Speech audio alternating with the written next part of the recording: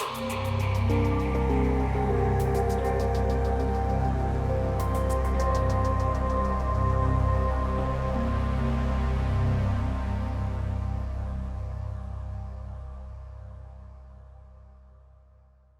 live in a really strangely remarkable time where everything is possible, right? Everything is possible. Stuff is possible that when I was growing up was utterly unimaginable, and I can't tell you how grateful I am to not have had to grow up with social media.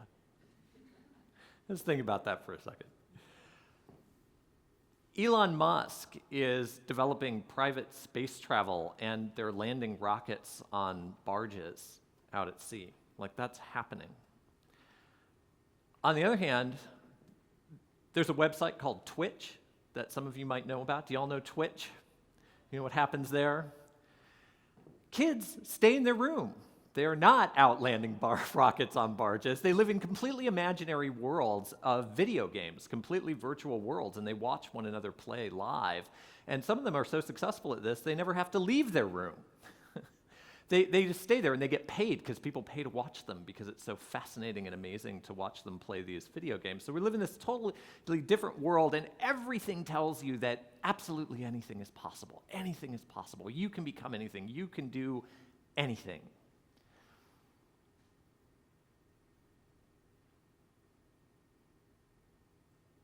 And at the same moment, we're seeing transformations in education. We're seeing transformations in the university and with education.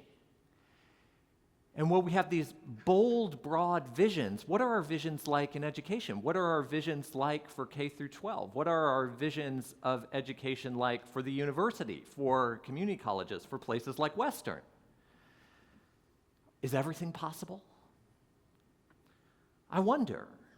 And in fact, I was sitting home watching the circus that is our current presidential campaigns and just the insanity of the whole thing.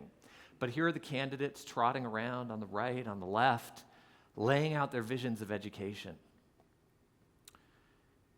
And I'm going to pick on John Kasich because he had a town hall just a couple of days ago. Couldn't believe it. I was sitting there, and John Kasich laid out his vision of education, and it begins well.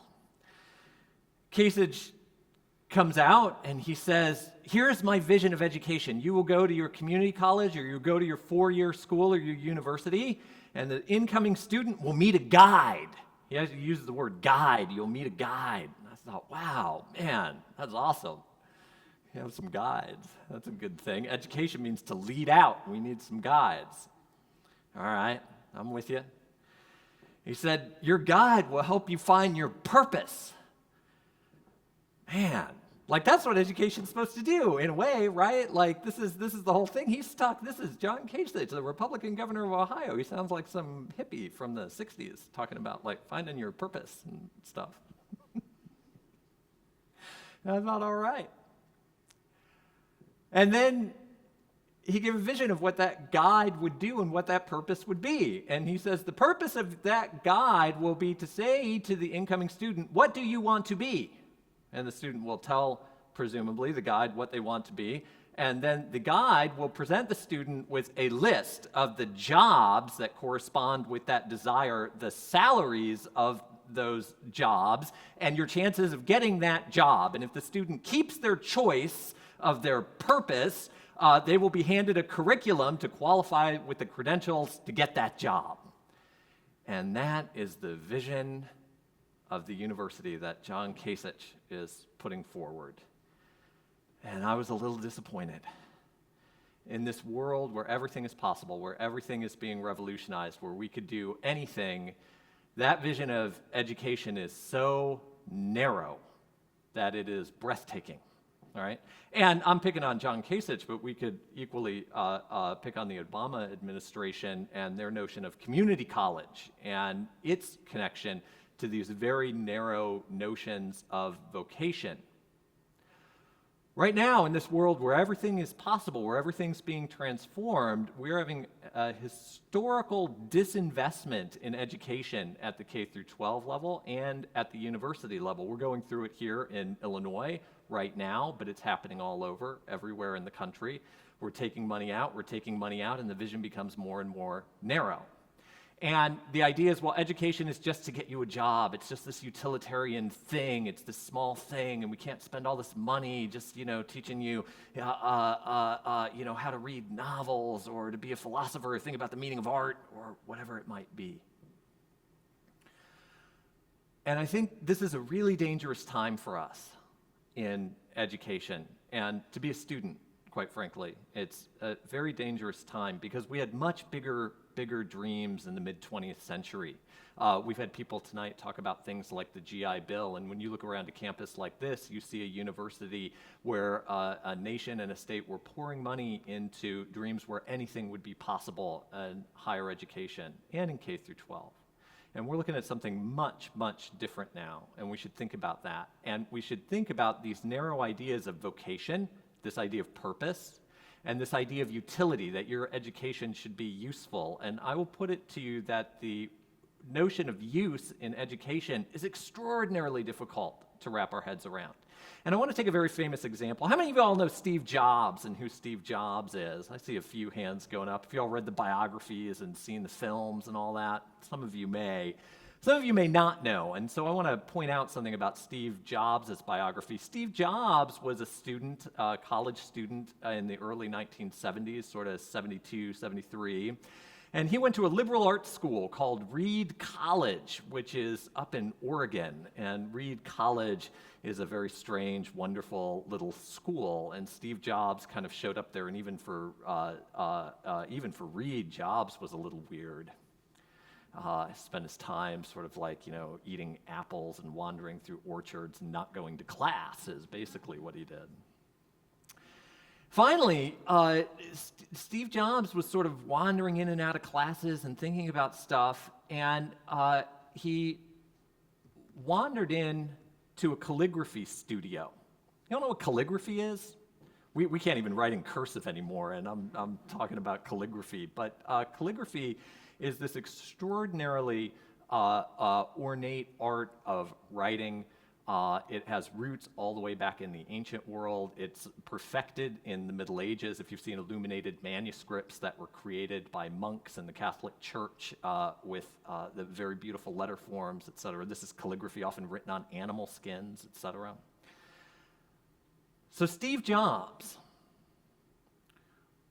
spent a year and a half basically living in a calligraphy studio, learning a medieval art. He was basically learning how to take inks with very simple pens and to draw letter forms on animal skins and paper. For no apparent reason other than that he thought it was beautiful and compelling and interesting.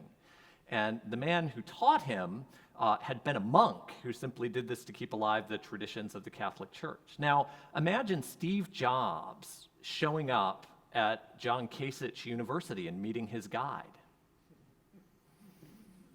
And Steve Jobs, his guide says, well, what do you want to be? And Steve says, I don't know. I'm interested in electrical engineering, and I know there are these new weird things called computing, and I don't know. And so the guy says, engineer, you're going to be an engineer. Here's what you need to do, and gives him the list of courses and send him off. I guarantee you calligraphy is not on the list. It's not. Because is it useful for an engineer to devote a year and a half of study to an obscure medieval art practiced by monks? A failing tradition. Doesn't seem useful. Doesn't seem like that's going to help your vocation if you have a very narrow definition of vocation. But it turned out to be the making of Steve Jobs. And it turned out to be the making of the entire experience that all of us who are sort of in the Apple universe are living. If you've got an iPhone in your pocket or you work on a Mac, the way that Father Palladino taught Steve Jobs to make letter forms, taught him about the relation between serif fonts and non-serif fonts and the relationship between letter forms, brought him the consciousness of design that is in everything that you see on a Mac. And in fact, it was graduates of Reed College and Father Palladino's students who were called in to the first early Mac teams in order to design the first proportional and scalable fonts on a personal computer. And it changed computers and how people interacted with them and the way they used them, and it's still changing it today. And that's the echo of that thing that no guide who was coming in to set you up with a job could possibly imagine would be useful. And this is what's useful about universities. Universities are the sort of place where someone like Father Paladin, practicing an ancient medieval art that seems to have absolutely no relationship to the modern world, that art can be kept alive. And that art and that knowledge can be maintained and conserved even when it's not being immediately useful, and it can be maintained and conserved so that it can explode in significance that we can't possibly imagine.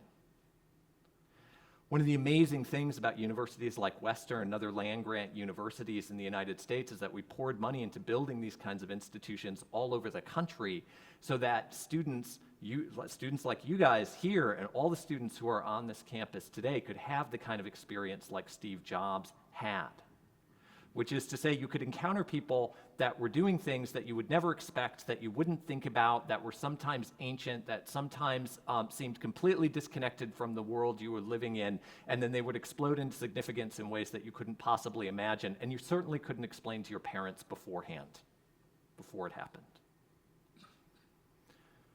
So what's missing from the world of we can do anything, that anything is possible, is this notion that in the world of education, we need to also make everything possible. And we have a long tradition of doing that, but it's not cheap, and it's difficult, and it's hard to see. And if we reduce the idea of vocation to its narrowest form, which is lining you up with an occupation and choosing the kind of paycheck you want to get, very few people are going to have that opportunity. And nowhere are we going to talk about actually why, even if Steve Jobs hadn't gone on to Apple, that calligraphy might have changed his life in good ways, as it did for his teacher, Father Paladin, because his teacher practiced that art for vocation in its much older, much more Catholic, much stranger sense of a way of being in the world and relating and discovering a purpose and making a beautiful world. And not for a paycheck, guaranteed. In fact, as a monk, he had taken a vow of poverty. It wasn't about a paycheck. These experiences can still happen here, and I don't want to make it like I'm just talking about some crazy elite like Steve Jobs, some world historical genius, because I see it all the time in students here at Western. I want to talk about just one student very quickly that I had back in 2005, 2006, a young woman named Ayanna. Ayanna had come, and she had come with the idea of vocation, and her family had definitely sent her here with the idea of vocation. As she once said to me, the establishment has gotten behind the idea that I will be a teacher and that I will have this vocation because this is a stable and a good thing to do. And so she'd sort of done the thing with the family and the parents and the whole thing and lined it up. And I'm going to teach. And while she got into the English education program and was training to be a teacher, and while she was doing that, though, she was at a remarkable university, where in addition to those classes, she was taking classes where people are practicing very ancient and relatively, at least not narrowly useful arts, reading Shakespeare, for instance, reading medieval novels, having writing workshops on essays, taking courses in women's studies and African American studies and philosophy and history, none of which immediately leads to anything.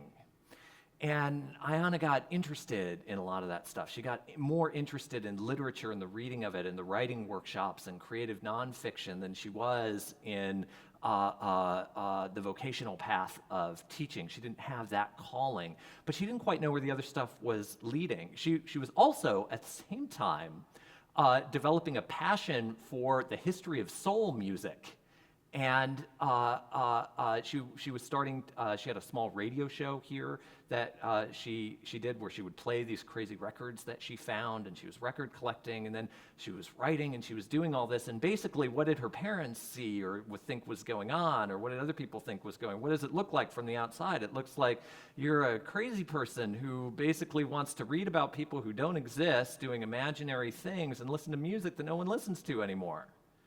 And where's that on your John Kasich's guides chart, and where's that going to lead? Well, Ayanna was doing exactly what a university is set up to have happen, which is to discover your vocation and to figure out what your vocation might be. And in fact, she invented a life for herself that had questions at the heart of it about what was a good life. How should you live in the world? These very ancient questions that we keep alive and make available in philosophy and literature and history and the liberal arts, so that you can invent yourself in different kinds of ways. And she did exactly that. And instead of becoming a teacher, she went back to Chicago with her degree and with the experiences she'd gotten here and an education that wasn't immediately legible to anyone, even to her. And she ended up at WBEZ, where she now has a radio show called Reclaimed Soul. She's a radio producer. She is a writer. And she has an absolutely fantastic career. Ayanna Contreras at WBEZ, I invite you to look her up and see the amazing, amazing work she's doing and listen to what she's putting out on the radio, particularly her show Reclaimed Soul. So what happened to Steve Jobs also happened to her in a very small way, which is to say he invented a life that you could not anticipate because he devoted himself to things that didn't have their use labeled to a paycheck immediately. But if we're going to have that experience available, not just to the elite, not just to the children of the wealthiest, we're going to have to reimagine what's possible at universities like Western. And as we turn more and more to the community college model, we're going to have to ask what's possible there as well. I hope we can have a world where we commit to a world of possibility in education. Remarkable things happen. Thank you.